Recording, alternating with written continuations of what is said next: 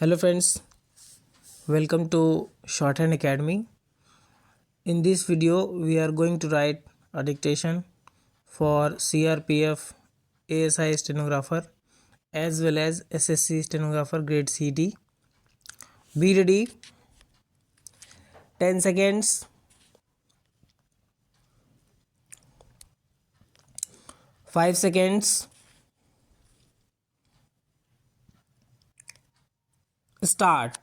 Whoever it is, whatever party it is, anybody with some criminal record or who is under trial in a court of law or is convicted by a court of law or whatever it is, that person may be debarred from entering any party, and all the parties should make it a point not to award any membership to such persons, but unfortunately the political parties are encouraging criminal elements, and at the same time several youth organizations which are there in every district, in every town, also draw inspiration from elders in the criminalization of politics.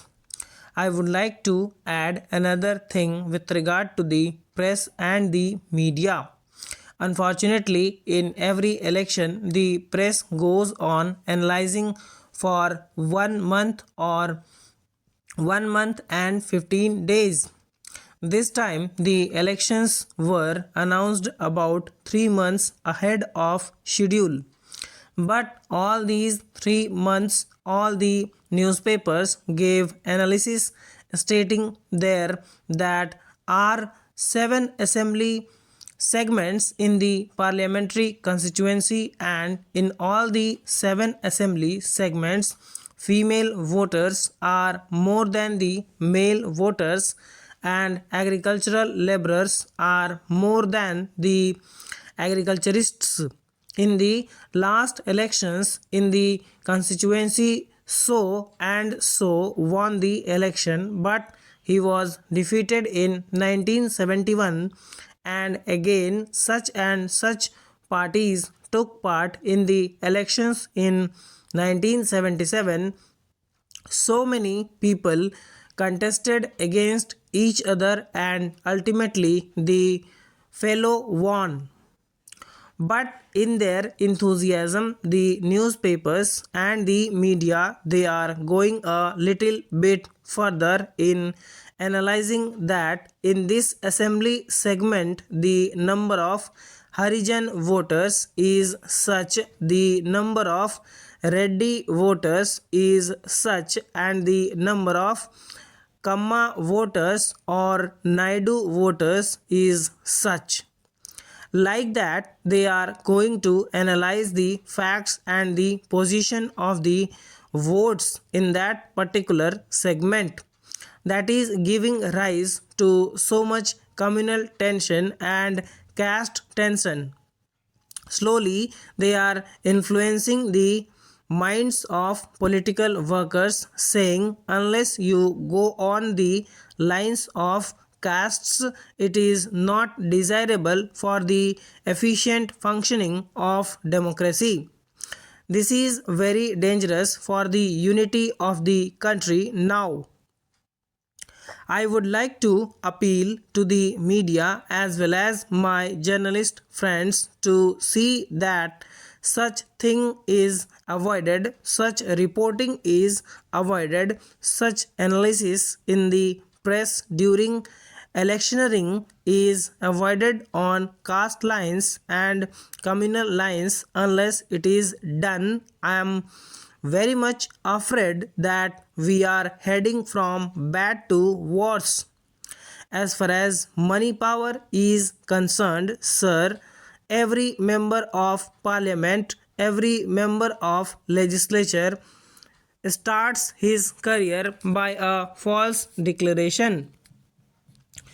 Mr. Vice Chairman, sir, right from 1952, we have been following democratic system in elections and we should feel proud of it. But as the days are passing by, the democratic system is being affected and our election system has to be changed as it is creating disharmony at the social level of our country. Every one of you will agree with me and feel that the existing election laws need to be amended. But the question is in what way these laws are to be amended.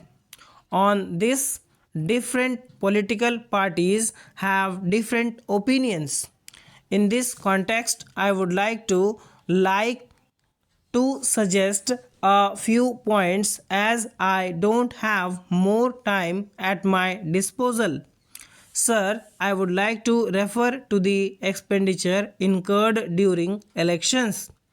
There are incidents where a single candidate contesting from a parliamentary constituency spent more than rupees 1 crore.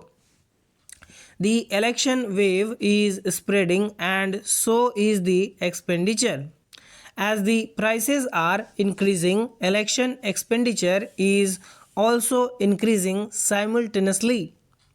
But as per the notification issued in 1984, the Election Commission had fixed a ceiling of rupees 1,50,000 as election expenses for each parliamentary constituency and rupees 50,000 for each assembly constituency, and if this ceiling is crossed it becomes illegal and the commission is following this system. But I don't think it is a very practical since it cannot be effective.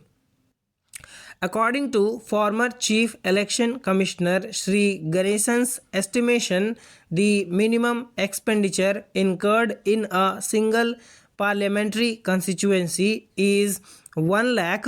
So, what I would suggest that this ceiling should be raised keeping in view the social conditions and its practical aspect. I don't mind even if this ceiling is completely removed. This ceiling is not serving its purpose.